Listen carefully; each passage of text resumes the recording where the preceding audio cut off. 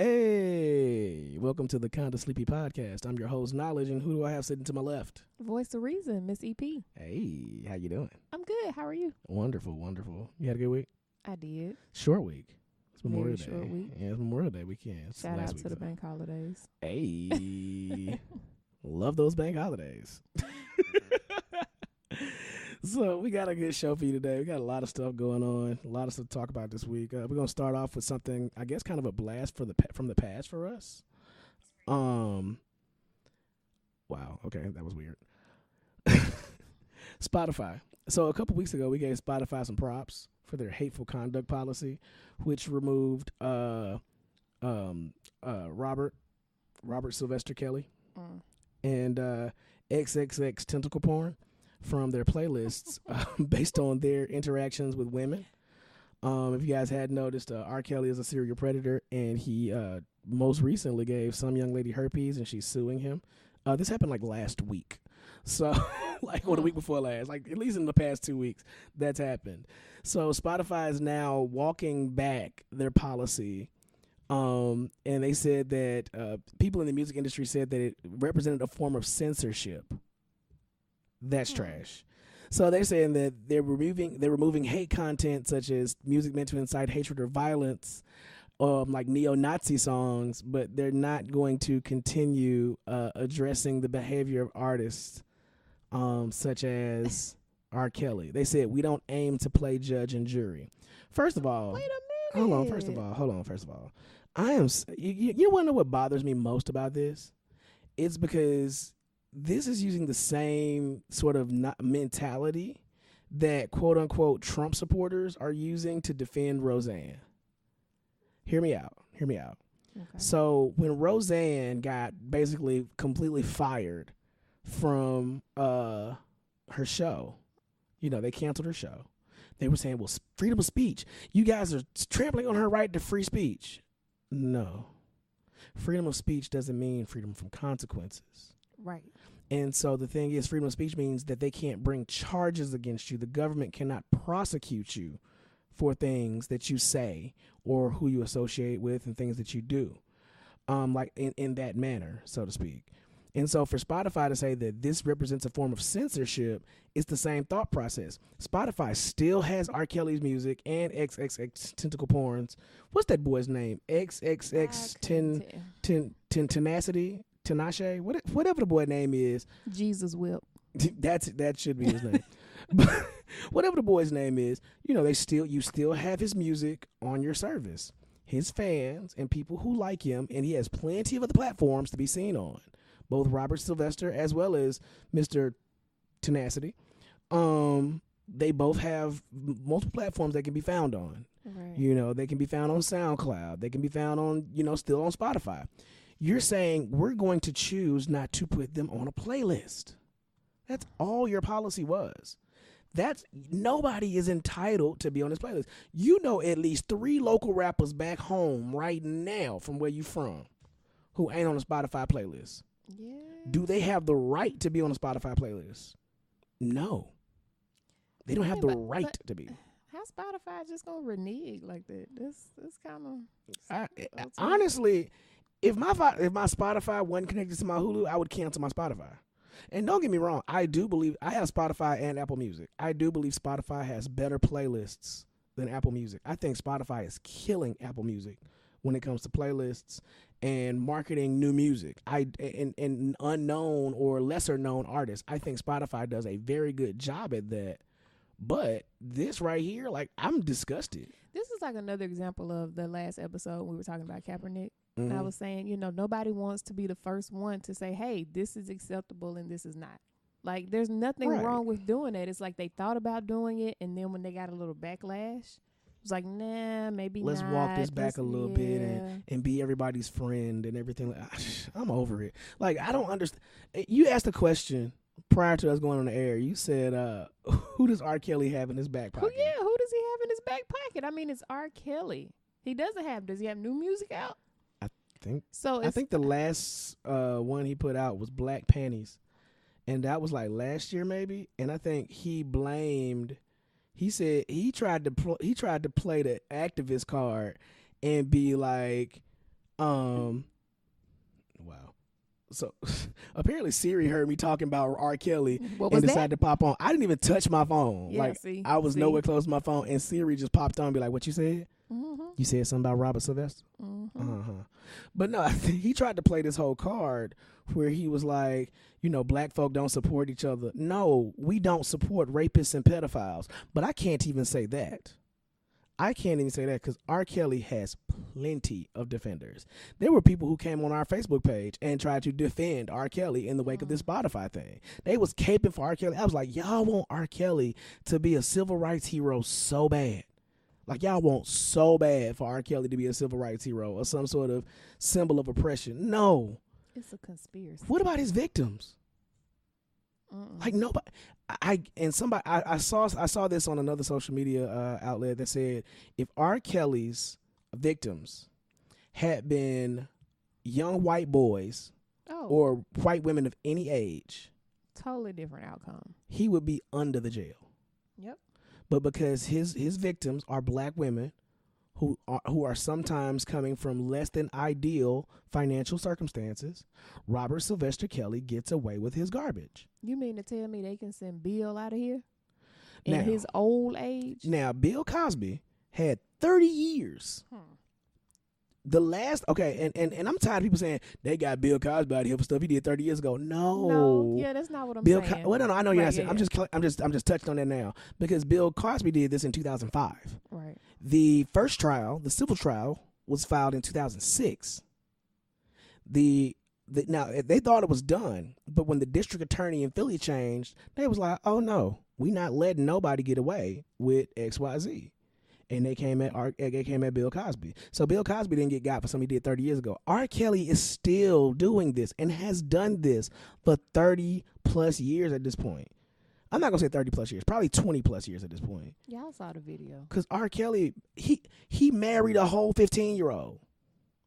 And yes, you niggas sat in the barbershop and watched the video. Y'all saw the video. Y'all watched the video in the barbershop. He married the 15-year-old. He married a 15-year-old. But I'm saying that's what made it better. Right? Had sex with a 14-year-old on tape. And it had all these other people who have accused him. And it's a whole Village Voice article that outlined a whole bunch of stuff. Anybody can go literally downtown to the Cook County Courthouse in Chicago and pull Robert Sylvester Kelly's court records. It's a Freedom of Information Act thing. If it's public record, he's settled out of court with so many people. Well, maybe somebody can compile all of that and release it on social media, and then we'll read it. Well, the thing is, Jim DeRogatis, who is and I remember his name because he's the main person who's pulled all this together, and he's a white guy who's asking the question, why haven't we gotten at R. Kelly? Like, why is R. Kelly being protected? And Jim DeRogatis, for the past 10 years or so, possibly longer if I'm not mistaken, because I think that Village Voice article came out prior to 10 years ago. But he literally laid everything out in the Village Voice article. But now all of a sudden, guess what? If you Google that Village Voice article, you'll see references to it, but you won't find that article. And he laid it out. He laid out how he talked to the families of multiple victims. They said it was a very well-known, poorly kept secret that he used to prey on women and troll for women. Well, excuse me, not women, kids, kitty girls at the Rock and Roll McDonald's in Chicago.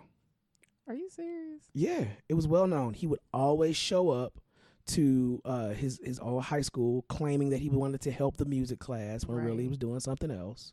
He would always be seen outside of various high schools posted up with his nice car or his Jeep or whatever he had, stuff like that. And there was, I remember a while back, there was this interview where this young lady said R. Kelly was kind of weird. It was a very well-known thing that he was weird in the industry, and that they would go to a club sometimes, and the club would maybe be 18 and up, and there would be a young lady in there who would look very, very, very young. Because sometimes women be of age, but they still look young. And if it's a girl in there that looked young, he would stand there all night and stare at her feet.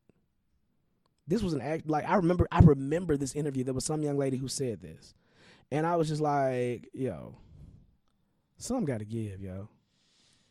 We got to get R. Kelly out of here." I think the powers that be are protecting R. Kelly. Think about it. I mean, he's making the money. He get all the Negroes to do the line dances.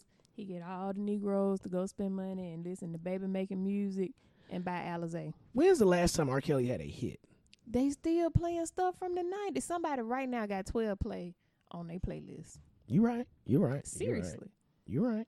I'm not gonna lie. Before I was fully aware of R. Kelly's indiscretions and garbage, like I had R. Kelly on a couple of playlists. Like he had a couple songs where I was like, yeah, when he said that, I felt that. Yeah. But you know what though? Yeah, TP2.com. I mean, now I'm not gonna front. TP2.com. I played the paint off that CD. Yeah. Like you ever played a CD so much that the writing went bad on the front of the CD? I think I still have the CD with the writing missing, like in the console. Don't judge me. I haven't played it, but it's just in there. It's just in there. You just transferred everything over from the truck. I did in your previous 7 cars, apparently. Because if you still got TP2 in that bad boy, I was still listening to it. I really was. Before or after you had your daughter? After. Really? Not like on a regular basis, but like if I was just driving and I hit a spot on the road that didn't have good reception, I needed some music, I would pull out the CDs and pop them in. The fact that you still own CDs don't is just... judge me, man. I mean, you do got the first Android phone ever, though. So. No, I don't. My bad, it's like the third. Anyway. I almost said your mama. It's funny because it's true. They're not getting me. I'm sorry. I'm not buying into spending 5, 4, 6. Yes, that's out of order, but I'm not spending all the money on cell phone. I'm not. I will file an insurance claim every 2 years and get a 1-up upgrade because the one I currently have is no longer being made. No, seriously, that is my thing. Let's move right along. Whatever. Because they can get my $100 deductible and send me an upgrade. I'm not. I mean, okay. Well, you know what, babe? When you get tired of your bag phone, I'm gonna get you one of them Nokia 5100s with a snake on it. Okay, how about that? You like that, don't you? You wanna play Snake, girl? You know, I know we talked about romance. That ain't that ain't romantic. No, that don't count. All right. Anyway. So next up, this has to be the first time ever in history that this happened. So this couple was at Memphis. At the zoo. Okay, I guess they were having like a romantic getaway. They were a lesbian couple, and there's this video, and they're taking a picture. They have I guess I don't know if it's a stranger or a friend or whoever is taking video of this going on, and so somebody's taking a picture of them just together at the zoo. And when the video starts, they just like 2 friends, unassuming friends, they're at the zoo together. Cool, take pictures. And then they take another picture, like a candid shot, and they kiss. And so I'm like, okay, they're a couple. And so the one of the young ladies asked, for them to get like a candid shot or a shot like that looks like them talking and stuff like that. And as they're explaining the shot, shortly before they take the photo, the young lady gets on one knee and pulls out a ring. Her girlfriend is so very excited. And like my thing is, I've seen people do really strange things when they get proposed to. Like I saw somebody like smack their boyfriend and be like, "Get up, what are you doing? You are so embarrassing." Like I saw somebody do that. I've seen somebody just cry and not say a word and just like boo-hoo, like ugly cry. Like when I say ugly cry, I mean like ugly cry. I have questions about the real tough, ugly cries at the engagement. I think it's like a time to. I'm not judging at all, but I think it's a time to be happy. And some I feel like happy cry is ugly though. I mean, yeah, you're right. But no, I mean those cries that you can tell is like, oh my gosh, you can feel almost their whole life of misery and all the horrible relationships that they've been in that led up to that very moment. It's like an exorcism. Yes. I was like, what is she releasing in that cry? No, think about it. All the F-boys she had dealt with before. That's what she had never really let go of it. That was like, I don't know if he's going to be the next one. That was the spirit of F-boy past coming out. I'm like, let it go, sis. Let it go. So, but this one, like, it was crazy because, like, the girlfriend, she just takes off running. And she's no longer in the shot. And she's like, and they're like, where are you going? And she comes back with her purse, which I thought was strange because I have never seen a sister be out, like, at least, like, more than a foot and a half away from her purse at any given time. So this young lady, she left her purse, like, apparently on the other side of a fountain or something. It was crazy. a sister. Okay, all right. So she came back with her purse, and she pulls out a ring of her own. I guarantee you, this is probably the first time ever in history that two people propose to each other at the same time.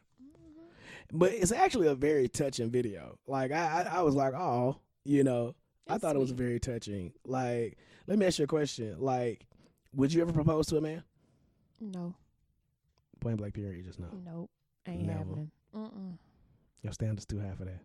I don't think it has to do with standards being too high. I just don't think that that's the design. I'm not very big on gender roles and things of that nature, but I just don't think it's meant to operate that way. I got you. You should I say you should buy Bay a ring. I just want to see your response. Never mind. Like, ooh. That reaction right there. What? Ooh. What? That was that boy bye laugh. That was the boy bye laugh. That's funny. Boy bye. I'll buy a ring in response to receiving one, but no, I won't be. Okay, I hear you. I'm not mad at that. I'm not mad at that at all.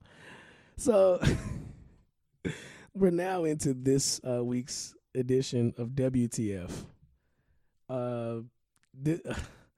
This country gets stranger and stranger and stranger every single week. Every single week. So Kim Kardashian. That's enough. Kim Kardashian decided to go to the White House. Well, she was invited to the White House by 45. And met with him and Jared Kushner to talk about prison reform. Now, Mrs. Kardashian West, her reasoning for going is that she has been advocating for a pardon for a low-level drug offender named Alice Marie Johnson. Alice Marie Johnson has served more than 20 years in prison for a low-level drug offense. She's serving a life sentence for a first-time. She's a first-time offender. It's a nonviolent drug offense. She's serving a life sentence for it. Now, here's my thing. Personally, I absolutely believe that prison reform is needed. I do believe that our drug laws, are very archaic and ridiculous, and serving, a life sentence for a low-level nonviolent drug offense is absolutely ridiculous to me. But out of all of the PhDs and lawyers and people who are experts on prison reform and all that, this dude decided to invite Kim Kardashian. I really wonder if it was like a full invitation or if maybe she requested and then he invited in response to her. Did you see the picture? No. There's a picture of him sitting in the Oval at the Resolute desk, whatever they call it in the Oval Office, the president's desk in the Oval Office, and she's standing next to him. And he tweeted, "Great meeting with Kim Kardashian today. Talked about prison reform and sentencing." Kim Kardashian looked like she had just wiped herself down with Icy Hot, because that's the face she made. Like, her face was like, her face looked like she had just been like sexually propositioned and wasn't happy about it. Like, that was her face. I think what happened, the president was feeling some kind of way that Kanye was on the bandwagon. He was like, yo, we can be cool if you send your wife over here. Kanye sent her over there, made her think that she was going to have like an intelligent meeting and conversation with the president, but she really didn't know that he was sitting out.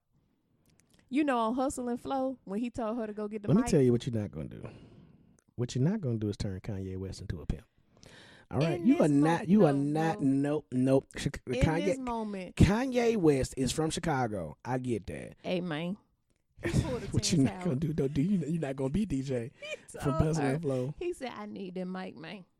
So Kim Kardashian tweeted out, "I would like to thank President Trump for his time this afternoon. It is our hope that the president will grant clemency to Ms. Alice Marie Johnson, who is serving a life sentence for a first-time nonviolent drug offense. We are optimistic about Ms. Johnson's future and hopeful that she and so many like her will get a second chance at life." Now, here's my thing about that. Okay. All right, and I want to get into. I really want to hold this story. I really want to come back to this, but I want you to take this into account. Last week, Kim Kardashian got on Twitter and went hard at Rhymefest. Rhymefest is a rapper. He's the rapper who actually wrote Jesus Walks for Kanye. He's written a lot of Kanye songs. He's a Grammy Award winner. I mean, he's also a community activist. He's run for office in Chicago. I want to say as a local politician, as an alderman or something like that. And he's done a lot of good in the community. And right now he's over, he was over Donda's House, which was the nonprofit that Kanye set up in honor of his mother that was doing creative arts in the community. It's kind of gone down now, right? Well, yes, it did. She tweeted at him and talked all kinds of recklessness about him, talking about he had fake Yeezys on. Like, Rhymefest was like, yo, we need some help. We need some money. And so he tweeted out to Drake, like, yo, can we get some help? You know, blah, blah, blah. Yeah, and that's when she came in and said, you haven't been cool with Kanye since you showed up in the studio in Hawaii with fake Yeezys on. So check this out. She just basically destroyed Donda's House with all her tweets. And Rhymefest was like, you know what, this is a circus and it's not about the kids, basically. And so what the original statement after Kanye had did what he did regarding President Trump and all that, and supporting and saying that slavery was a choice, people had put everything associated with Kanye West in one big boat. And so what Rhymefest did, what Donda's House did, was put out a letter saying that please don't punish Donda's House and the children who have done great things for Donda's House in that same boat. We need help, you know. And so I guess that was the precursor for it. But anyway, long story short, she went off and did all this tweeting and stuff like that. Now, Donda's House is in Chicago. Conservatives love to point to Chicago as a shining example of what's wrong with Black America. They use it all the time to deflect from gun crime and stuff like that all the time. Donda's House is a nonprofit that is used to keep kids off the street and essentially out of prison. This woman effectively dismantled Donda's House one week, and then the next week gets invited to the White House. That sounds like par for the course. That sounds just about right for this administration. Whatever you do wrong, you get rewarded for it and try to make it seem like you're doing something right. And so that's my take on it. That's absolutely my take on it. Now, later on in the show, we're going to talk about Kanye West's album, which I got from my ubiquitous clandestine sources, because I refuse to give him a single solitary red nickel. But that's just my take on Kim Kardashian. It's so many subject matter experts out here on prison reform and drug sentencing. If you want to talk about getting naked and putting out pictures, Kim Kardashian is your person. You want to talk about opening a boutique, Kim Kardashian is your person. You know, you want to talk about style, perfume, all that. Kim Kardashian is your person. You want to talk about shoes, Jessica Simpson is your person. How you know? Hey, I used to work at a shoe store. Carlos Santana too. You want to talk about music? Carlos Santana is your guy, but he's also for shoes. Well, first thing, I don't want to make it seem like I'm just completely bashing Kim, because she's a pretty face, she looks nice, and that would just equate to the fact that she can't have an intelligent conversation. I don't want to make that. I don't think that's the argument anybody's making. It's just that she's out of her element. This is not having an intelligent conversation is profoundly different from being a subject matter expert. I can have an intelligent conversation about basketball at a very base level. I'm not a huge basketball fan. I know the rules of the game. I know a little bit. I remember I stopped really paying attention to basketball that much kind of in the early 2000s. After Iverson, Iverson was like the last player I truly followed. I've been a fan of players more than I've been a fan of the game. I can have an intelligent conversation about basketball. Am I a subject matter expert on basketball? Heck no. But see, that goes back to my, hustle and flow argument. This is where I want you to really not do that. No, but I'm serious. I don't think she was there as a subject matter expert. My argument came in at is how many people get invited to go to the White House just to express their opinions? Because that's the only thing she was able to do is go to the White House and express her opinion. Check this out. So the only time celebrities, so to speak, in that manner got invited to the White House was when Obama had the rapper summit. the hip hop summit that he had there, where he had 2 Chainz, Ross, Right. J. Cole. You know, he had some of the top people in the game to the White House. And I don't necessarily know what was said at that, but I'm pretty sure that they weren't talking about prison reform. I'm pretty sure they weren't talking outside of their element. Right. And so the thing is, when you bring somebody there for your opinion, their opinion needs to be well informed, but it also needs to, it should carry some weight. I can get opinions from anybody. Right. That subject matter expert's opinion is going to carry much more weight. Like, if I ask, I can get an opinion from you on what you know and what you've done for the past 10 years for your career. Your opinion will hold some weight. If I ask somebody that's a sophomore in college about their opinion on what you've done for the past 10 years, they can give me an opinion, but how's that going to help me? Right. That's the equivalent of this to me. You know, and so, I mean, if something good comes out of this, great. I doubt that it will. I don't expect, honestly, anything good for the average American person to come out of this administration whatsoever. But, I mean, Kardashian, the name Kardashian in politics is just scary in the same sentence. That's scary as Very hell. scary. Scary as hell. So, Nathan Larson. Hopefully we'll forget this man's name very, very soon. But Nathan Larson is a congressional candidate in Virginia. And this ignorant so-and-so is a 37-year-old accountant from Charlottesville, Virginia. He's running for Congress as an independent. He's also admittedly a pedophile. He has bragged about raping his late ex-wife. He has participated and admitted publicly to being in various chat rooms and actually hosted. He created these websites. One was called Sweephead, I think that's how you say it, .org, and Incelapocalypse, I'm sorry, which is a combination of incel and apocalypse. Sweephead it was one for pedophiles. It was a meeting place essentially for pedophiles. Very, very disgusting. It's a shortened version of the word suicidal pedophiles. I have chills. The other one, Incelapocalypse, is a combination of, like I said, the phrase incel and the word apocalypse. Incel is a shorthand version of the phrase involuntarily celibate. These are men who complain about women not sleeping with them. That's what that is. And so these guys are actually responsible for a lot of the violence that you see against women. Well, I'm not going to say a lot of the violence, but they advocate for violence against women. They actually call women not sleeping with them reverse rape. It's a very, very, very, very, very sick subculture. Can you hit this quote right here? A lot of people. He said, a lot of people are tired of political correctness and being constrained by it. People prefer when there's an outsider who doesn't have anything to lose and is willing to say what's on a lot of people's minds. Trump.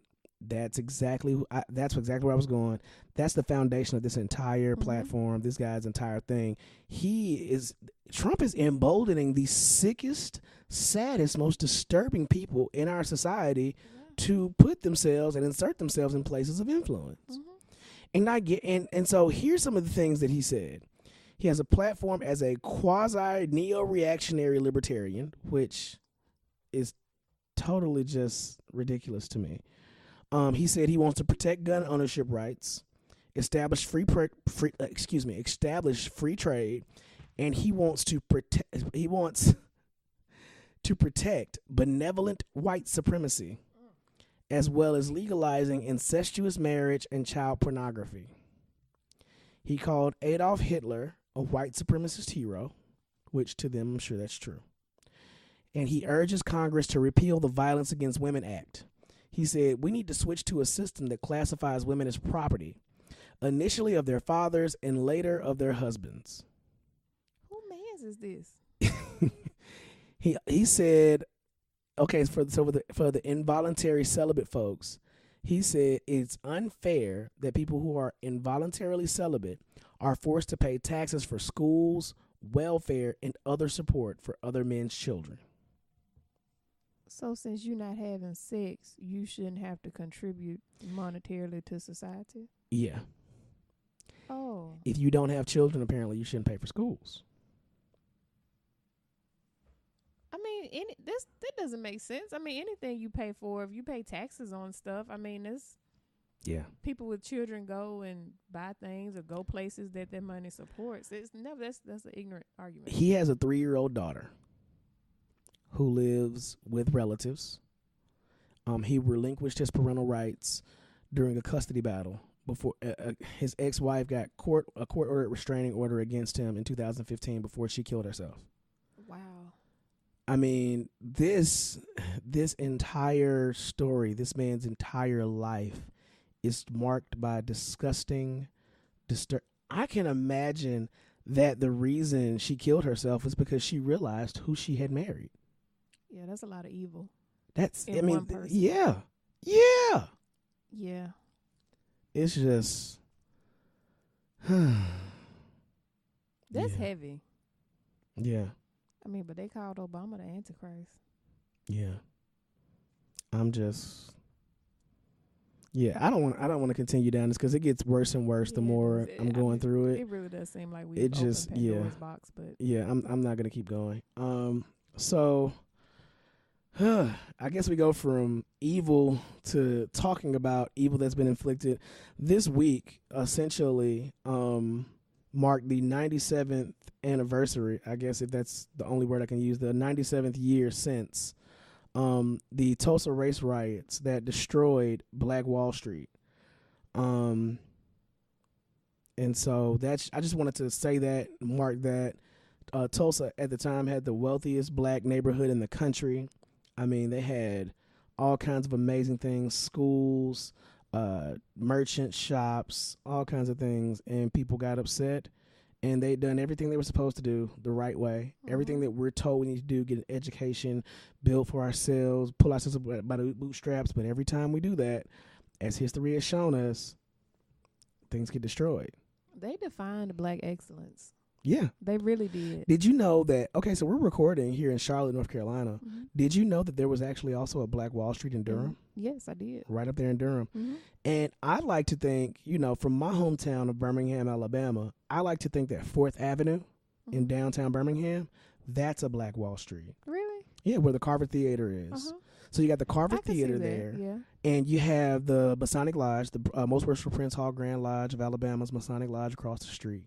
You have Green Acres on that same shop. You had barbershops, restaurants, lawyers, bail bondsmen. You had things up in there jumping.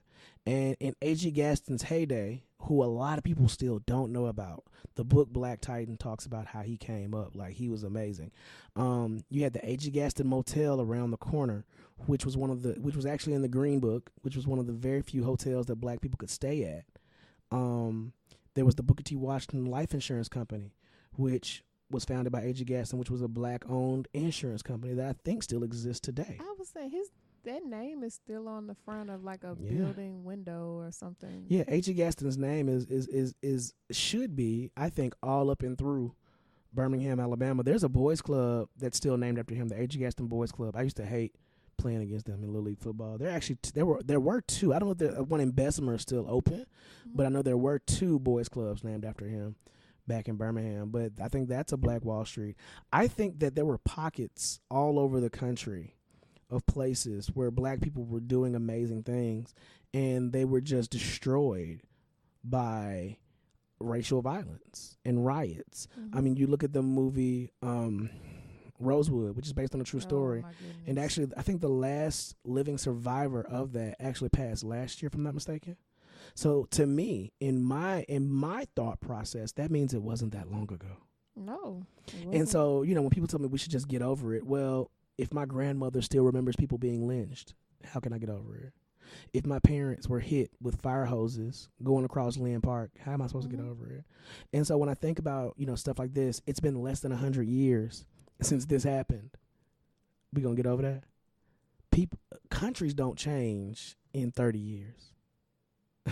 No, you really Hearts can't. don't change. It hasn't been that long ago, and you can't get over something that technically still happens. Absolutely. So, if I didn't have the daily reminder, maybe I could kind of move forward, not get over it, not forget it. If there wasn't the daily reminder, as well as the systematic and structural things in place, I could get over it. Which I think serve as the reminders. As the reminder, yeah, absolutely. I think they are in place as reminders for us to stay in our lanes. Absolutely, and I'm not going to argue with you. I think that's why, and a reminder of that is the things that we see happen on a regular basis, such as what just recently happened in Florida. The family of a Florida man that was murdered by a police officer, Greg Hill Jr. His name is Greg Hill Jr. Say his name, Greg Hill Jr. His family was awarded $4 by a jury, and the deputy was found not liable. That is a slap in the face. I'm trying to stop cussing. I said the N-word one time in this show. Have you noticed that? I have noticed. See, I'm doing better. So I'm trying to stop cussing too. Okay. So I wanted to say a whole bunch more, but that's a slap in the face. $4. What's the reasoning behind the $4? Okay, so check this out. So they, the family essentially said that they were suing for $400,000, which, truth be told, isn't a whole lot compared to what some other people have sued for and stuff like that. And they said while the deputy who shot and killed him was negligent, he was only 1% liable for this man's death, which means the award for that percentage is only $4. Which means the sheriff's department will only have to pay 40 cents because they only pay 10% of any verdict like that. Wow. So J. Cole has a song where he says, "What's the price of a black man's life? I checked the toe tag, not 10 in sight." This is it. Yeah. This is really. So let me give you the backstory of this. The guy was 30 years old. He was at his home. They said he was under the influence of alcoholic beverages to the extent that his normal faculties were impaired, and that as a result of the influence of such an alcoholic beverage, he was 99% liable for the incident and his resulting injuries. So, here's the even bigger slap in the face. $4 in damages, $1 to his mother, and $1 to each of his 3 children. That is disgusting. That is disgusting. And so that's tough to read. That's tough to think that his kids will understand. They'll read that one day. So check this out. So what happened was the police got a call. So he had a job. He worked at the Coca-Cola warehouse. And this happened in Jacksonville, Florida. This is just crazy. He said that the deputies got a complaint of loud, obscene music at the home as students were being let out. So somebody called the police on this man for having loud music in his home. So for some reason, the deputies knocked on the garage door. Maybe that's where the music was coming from. This guy probably was working on his car in his house. Right. Some people have weight benches and stuff like that in their garage, and they just play music. It doesn't matter at this point. Right. Yeah, it doesn't matter what he was doing. But he was in his garage, and so then nobody responded. So the deputy went and knocked on the front door. He said he heard. The deputy says he heard the music get louder, and he turned to see the garage door opening. He said Hill stood facing out of the garage with his left hand on the door and his right hand down.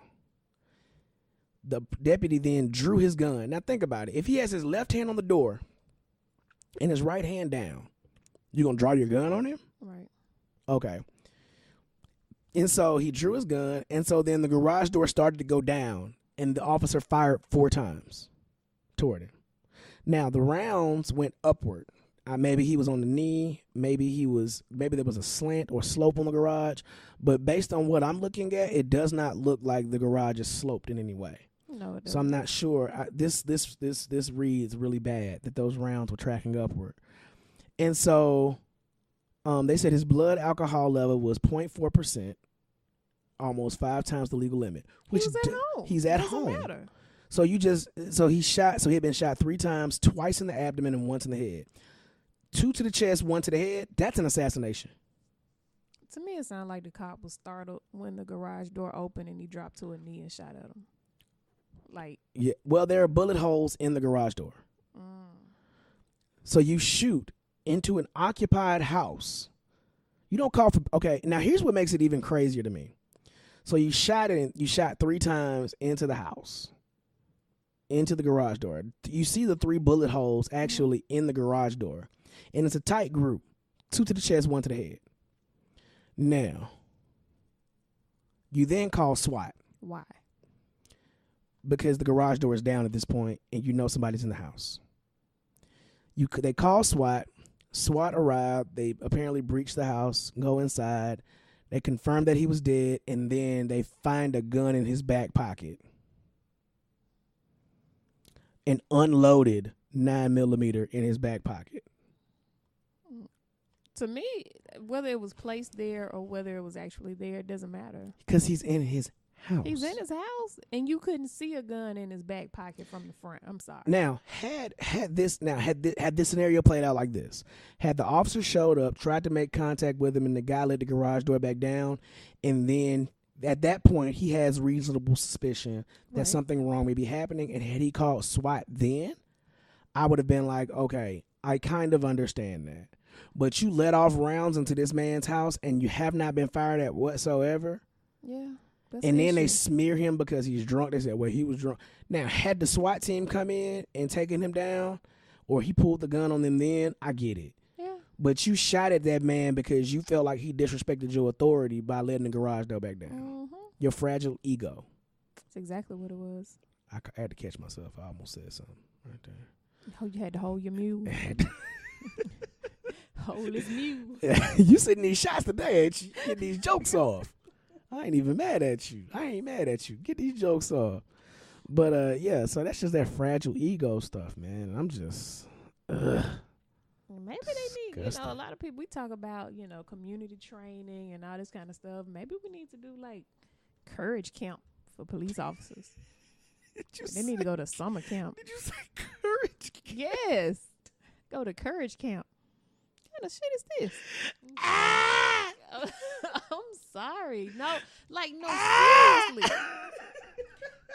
Or either give them the choice. I know in some places, like once you come out of the academy, you kind of go through the steps. Like you may be a desk cop first, or you may have to go, work the beat or whatever, different stuff. But can you not pick? Like what exactly? Give them a checklist. I specifically want to do this job. And then. So you're saying do it like the military. I think if it was something like that. Tailor the training to exactly what they're doing. Because you can't take someone who's saying, oh, well, I want to be a police officer because, that's a good profession to be in, and I think if it was like that, you'd have more people signing up to be police officers because they know what they were signing up for. They have, like in the military, you have different MOSs, and they have cops that have different occupation specialties as well. To piggyback off of that thought, though, I really do think we need to have specific training for officers when you're called out to some sort of situation that involves people that have mental issues. Or something like that. You can't send a regular police officer out. They don't care. How many times have we seen people that have like mental issues or Now there was a situation in New York a couple of weeks ago that we talked about where the guy had a shower head and he was pointing it at people like it was a gun. I don't blame the cops for shooting that guy. That's different. Now they said he had mental issues and people in the neighborhood knew him and knew he had mental issues. Now I think in a situation like that, I do think that cops need to come from a lot of times the neighborhoods they live in. I think if we incentivized being a police officer better, made the structure better, I think if we made the education level higher or made some sort of educational opportunities for them, I think that more people would go into being a cop. True. And I think that police officers should, rather than community policing being a thing that you teach people, have that community police itself. I think that's something that needs to happen. But I know there was a situation where this lady called. She called for assistance with her brother. And her brother was, I remember he was that. mentally, And they killed him. Yeah, they killed him. Shot and killed him. From now, honestly, I'm not going to go there. Let's move on. Because I'm about to get into a whole another tangent and a whole different bag. And so let's move on. So let's get into something a little less serious right now. Okay. It's NBA Finals time. Hey. And I know we don't talk about sports a lot of time on this, but we watched the game together. Yes. And it's entertaining. It's very entertaining. It's very entertaining. So J.R. Smith, right? Is okay. I didn't say the N-word. Yo, did you see all the memes they let fly? Yo, J.R. Smith caught hell. Yeah. But he deserved it. Like, yo, if LeBron like quit that night and joined another team, like I wouldn't even been mad at him, yo. Like that was wild. That was bananas to me. I think that was one of the times when you can get away with using the N-word like real bad. Yo, I feel like but you know what though? I feel like if LeBron had been caught like on court saying that, right, like nigga, like nobody, look, he gets a pass. I'm sorry.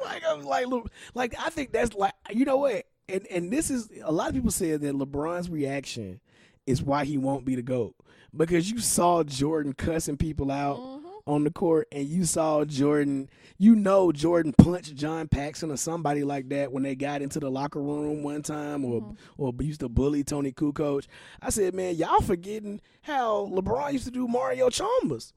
LeBron used to punk him like on the court. Like, I think he picks and chooses, but hey, he know he can't get away with that with J.R. Smith. No, I feel like J.R. might swing on him. You know, J.R. from Jersey. But it was funny, man. J.R. Smith got that rebound. He thought they was playing 21. Decided to take it back. Like, what are you doing? Why you ain't eat it cold? I'm sorry. Like, you know, that's my boy, you know, off of social media. Yeah, but I'm just telling you, like, so let me tell you, but that wasn't even like so J.R. Smith wasn't even the funniest thing to me. The funniest part of it was the press conference afterwards. Oh, God. Well, LeBron, he pulled a Viola Davis. He looked just like Viola Davis. How to get away with murder? Yo, LeBron got so, like, first of all, you're not gonna get buck with me if you got to pull your shorts up or you walk off home, boy. That's what you're not gonna do. Did he pull them up or down? He had to pull him down. Like, I felt like his thing was about to pop out the bottom of them culottes that he had on. You know, LeBron out here with some. Sir, do your fingertips go past the end of your shorts? The hem of your shorts. You're in dress code violation, sir. Okay. LeBron out here with some pleated athletic supporters on. You know what I'm saying? Hey. Bruh, you cannot. Hey man, put on pants when you talk to me, dog. Like, I'm sorry, man. You cannot have a serious conversation with me and you wearing short pants. Like, I'm sorry. Like, if you know, they were kind of like a dress vert, like business casual biker short. What you're not gonna do is tell me that LeBron was wearing a skirt. Yes, he was. It just didn't have a little flap in the front. LeBron looked like somebody sexy auntie out there. LeBron out there look like somebody, the cool single auntie that give you a sip of liquor when you go over a house for the cookout. Nah, the one that's really bad made up, but her legs nice. So right. She always wears short stuff. Right. She built fine from the knee down. She built like a meatball with feet. You know what I'm saying? So she walk around in shorts all the time. Talk about the men love me. Yeah, I bet they do. So, you know, and then he grabbed his faux crocodile bag that he got from the beauty supply store. You so wrong. You know, people say that bag costs $41,000. I believe it. I really believe it. Here's my thing about that. Now, you know me. I have backpacks and messenger bags for days. I got all kinds of different stuff. You know what I'm saying?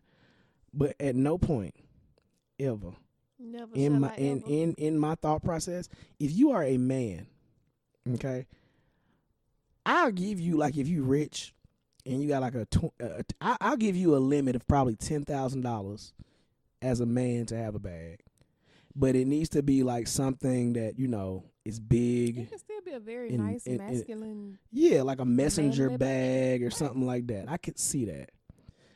But if you are a man and you are carrying a Merce that is worth anything over, you know, like I'm trying to give rappers some leeway here. If you are a man and you carrying a Merce, first of all, I'm looking at you crazy. Well, I think it depends on how you carry it. If it just goes over your one shoulder, he carried it. I ain't gonna lie. He carried that Merce in the most masculine way possible. Well, if he didn't hold it in the crease of his elbow, I feel like he might have done that once he got out the press conference room, though, because it looked like one of them bags. He knew not to put it in the crease of his elbow. Speaking of people that carry purses, Lil Uzi Vert. So, oh no. Lil Uzi and Rich the Kid. Can we send him away? I like Lil Uzi. Why? Lil Uzi. Okay, He's so like a net. So hold on, Rich the Kid. He the dude that sing Plug Walk. So he been going at Lil Uzi Vert on Instagram over and over and over.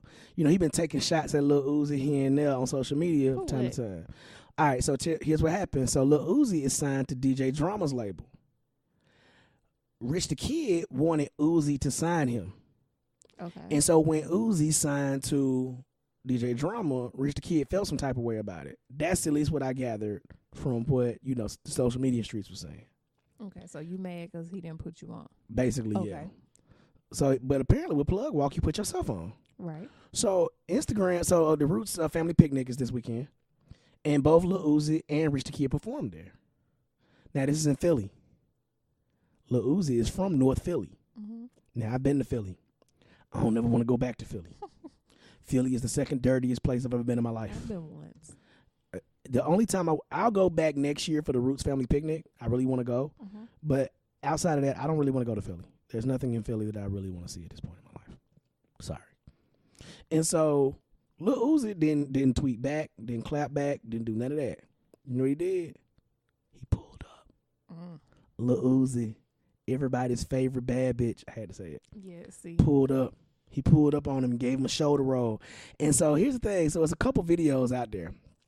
And so there's one video of Lil Uzi standing outside of this Starbucks. It's all went down in Starbucks, by the way. Standing outside Starbucks in some pink sneakers. Hot pink sneakers. Neon pink. He pulled up on Rich the Kid. Did his like hair match? I couldn't tell, but probably. And so he pulled up on it. He pulled up. And he like, what's happening? And so Rich the Kid standing there with his mans, and he like, what's happening? Like, you talked all that. What's happening? There's no way Lil Uzi gonna pull up on me. I'm sorry. Lil Uzi pull up on me, I'm beating the brakes off him. I'm trying to tell you. I'm like, what if you don't get your... Now, there's another video that shows Lil Uzi really about that life. Lil Uzi is chasing Rich the Kid down the street. Cause he really a bad bitch in real life. He really chasing this boy down the street. And now, here's what make it even worse. There's another video. Lil Uzi swings on him. Lil Uzi came and wanted all the smoke. I had to get all the way in the mic for that one. Lil Uzi wanted all the smoke. I had to get all the way in the mic for that one. He wanted all the smoke. I got so much respect for Lil Uzi right now. I don't. I'm sorry. I still don't. Bruh, pull up. You don't get your little Chico stick looking ass on. No, pull up. Somebody talking that madness. Pull up. Pull up. Lil Uzi pulled up on that man in some Delia jeans and some hot pink Huaraches. Pull up. Lil Uzi pulled up on that man. If Lil Uzi had a bonnet on, I'd have been like, hey, Lil Uzi a real one. No. Lil Uzi a real one. No, he's not. And my thing is, I feel like... I'm sorry. He still gets no street cred in my book just because man, look, I feel like if Lil That's Uzi... the first female to get beat up. I feel like if Lil Uzi had beat that boy down and shoulder rolled his way out of Starbucks, I might actually go purchase some Lil Uzi music. I think Lil Uzi ripped his own shirt and let one of his own nipples out.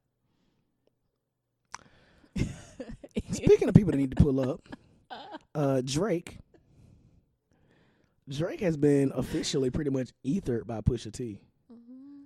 Like, dude, did you hear the story? Okay, so you heard the response track, right? So you heard Drake's response to Pusha T. Mm-hmm.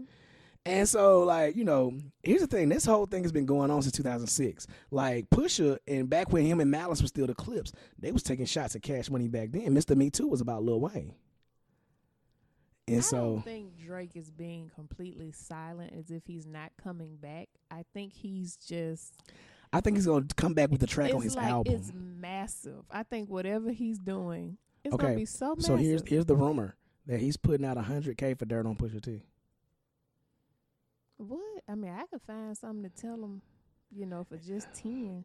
I said, man, shoot, if I still had Photoshop, I'd have finessed something so quick. Man, I'm trying to tell you. But the thing is, Push put that out on Twitter. He was like, man, shoot, that $100K ain't got you nowhere yet, has it? Basically, you know what I'm saying? But to quote Loaded Lux, you know, if you find any skeletons in my closet, that should just let you know how long I had bodies in them. I'm telling you, think about it, though. Whatever Drake come back with, it's going to have to be something that's career-ending. I don't think that's there. I don't think it is either. I don't think that. I don't think it's anything career ending. But the thing is, think about it. When Pusha T ended that song, that comeback track, first of all, it was a couple layers to it. You know, you did it on the story of OJ. Mm-hmm. That beat in and of itself, because coupled with that music video that had the racist cartoon imagery in it, and then the cover art for it was an actual photo that Drake took, and Drake came. This is the new age battlers. These new age MCs. I'm not gonna say battle rappers. I'm not gonna say battle rappers because the battle rappers really go hard when they get on that stage. But the new age MCs, you know, you get hit with a diss track and you come back with a press release. And Drake tried to make it seem like he was being woke and stuff like that. Drake, Black Lives Matter has been doing their thing for less than your entire career, and you have never said anything. Don't sit here and pretend to be woke now. Shut up. Don't nobody care. He said he just wanted to jump on the bandwagon. This was before he got the bandwagon even existed. Yep. So, but yeah. So Drake got to fight this man. I'm serious. Yeah. Drake got to fight him. Yeah, I think everybody said that. You got to fight him. You got to fight him. You shoot him. Shoot at him. You disrespected my mama. Right. You disrespected my pops. Talked about him having Steve Harvey suits on. You disrespected Steve Harvey, which nobody was really mad at.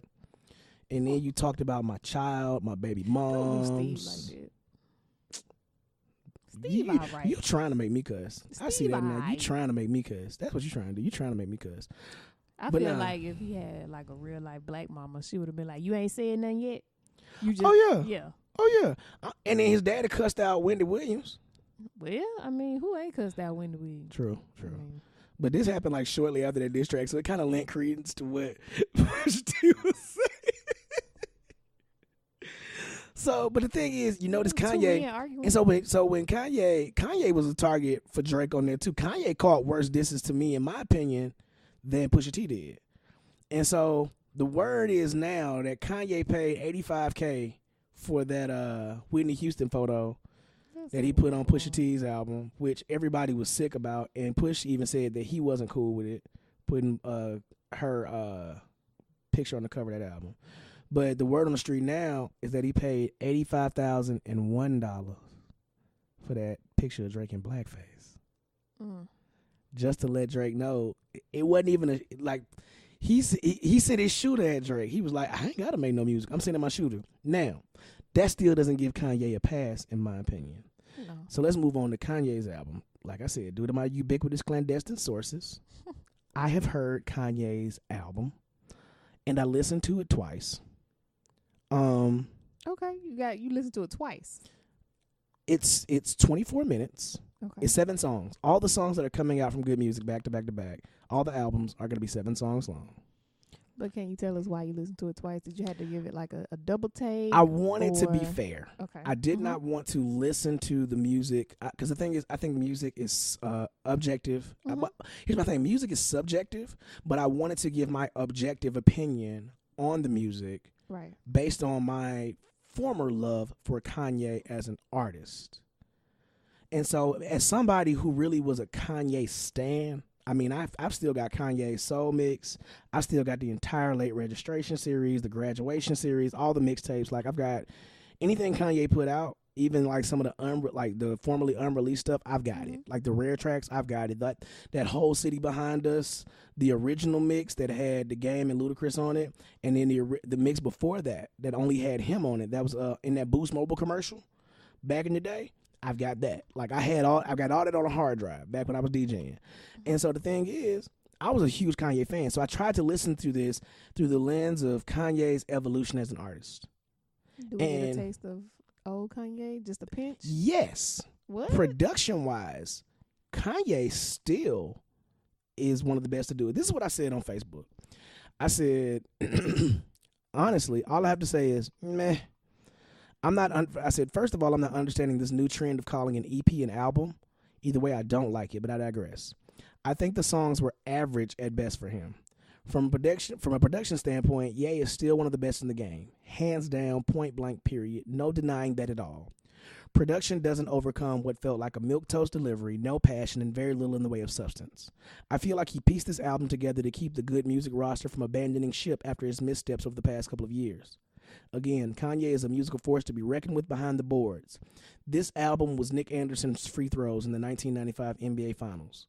For those of you that don't understand that reference, Nick Anderson in Game 1 of the 1995 NBA Finals missed 4 free throws straight.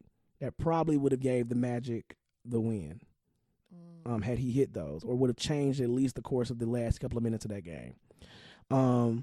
Kanye talked about his ego, how much he loves himself, of course. He tried to put a reflective reversal spin on it on one track. He talked about him being diagnosed with bipolar disorder and said that he doesn't think it's a mental illness, but a superpower. He actually referred to it as that. Personally, I felt like it was trite. I felt like he was reusing some old stuff.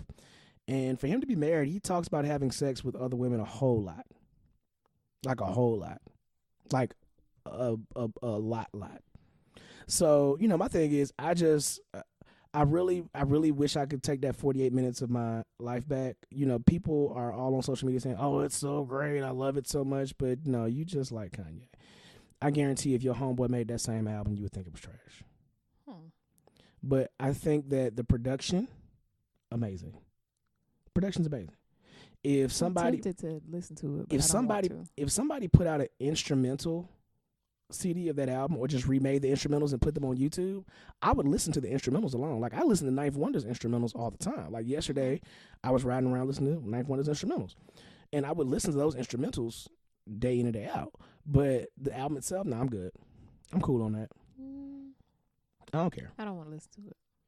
Speaking of Ninth Wonder, him and Black Thought put out an album on the same day. Flames. Really? Well, it's an EP. And they actually call it an EP. It's only 5 songs long. Black Thought and Rhapsody on this song, Dostoevsky. Woo. Bars. Bars. I was like, yes. Really? My question is, did Kanye have bars? Or did he just give us like the repetitive 1, 2, 3 words type of thing? Kanye has always been very clever in his songs, but there was nothing in terms of bars that made me make the stank face. Oh well, I think honestly, and this is not me just trying to gas up my peoples back home in Birmingham. I think lyrically, Club Monster's latest album, KLUB Monster, MONSTA. I think Club Monster's latest album lyrically, and I think all of Club Monster's albums lyrically, to be honest, but this latest one lyrically was better than Kanye's album. I can believe it. So and my thing is, I'm at the point now, like, I'm not one of those people that hates mumble rap or whatever they want to call it, or the new young guys rap, or even, non-cerebral rap. But, I'm at a place where I do prefer great production and excellent bars to match.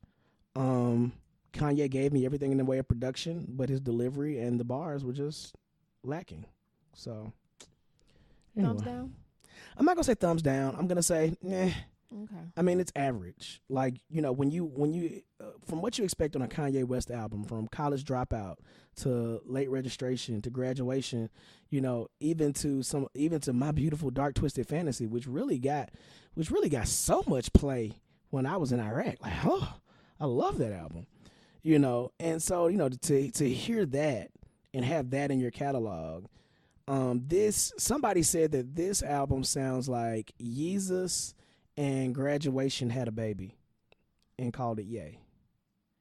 Okay. So it was a little bit of his newer stuff, like the newer style, and a little bit of his older style beats kind of mismatched together, and it was pretty. And the production, like I said, the production was good. The album did feel like rushed. It felt like he made it this week, and the reason I said that it felt like an album to put out to make his good music roster happy, because if you notice, he's putting out all of his people back to back to back. Tiana Taylor's album has been coming soon for a number of years. Pusha T's album was done. He was the president of the label, so I guess he was going to be the catalyst for everybody else. I want more Kid Cudi. I think Kid Cudi really is the musical genius behind a lot of what's going on at good music right now, to be perfectly honest. Side note, Kid Cudi is also the reason I don't have any remorse or think Drake should be spared at all, because when Kid Cudi talked about going through depression and being suicidal, Drake took a shot at him. So you can talk about a man, like, my thing is, don't talk about a man's mental health like that. Like that's a line that if you cross that, I'm coming for you and your mom and everybody else. You know what I'm saying? That's how I feel it should be with hip hop. But anyway, so that's all we got on the plate today, man. You got anything else you want to say to the people? No, I don't have anything today. You ain't gonna tell them to stay positive? Of course. I feel like that's a given. You gotta stay positive. Stay Absolutely. up at all times. Absolutely. Want to thank you guys for checking us out here on the Constantly Podcast. You can check us out on your podcast app on Apple. You can check us out on Google Play, Spotify, SoundCloud, YouTube, Facebook, everywhere. Make sure you like, rate, subscribe, send us some feedback. You can send us feedback either on our Facebook page, which we check constantly and where you see a lot of our topics come up, but also you can send us an email at kindasleepypodcast, KINDA sleepypodcast @gmail.com. That's kinda, KINDA sleepypodcast @gmail.com. And hope to see you guys next week. Thanks for checking us out. Peace.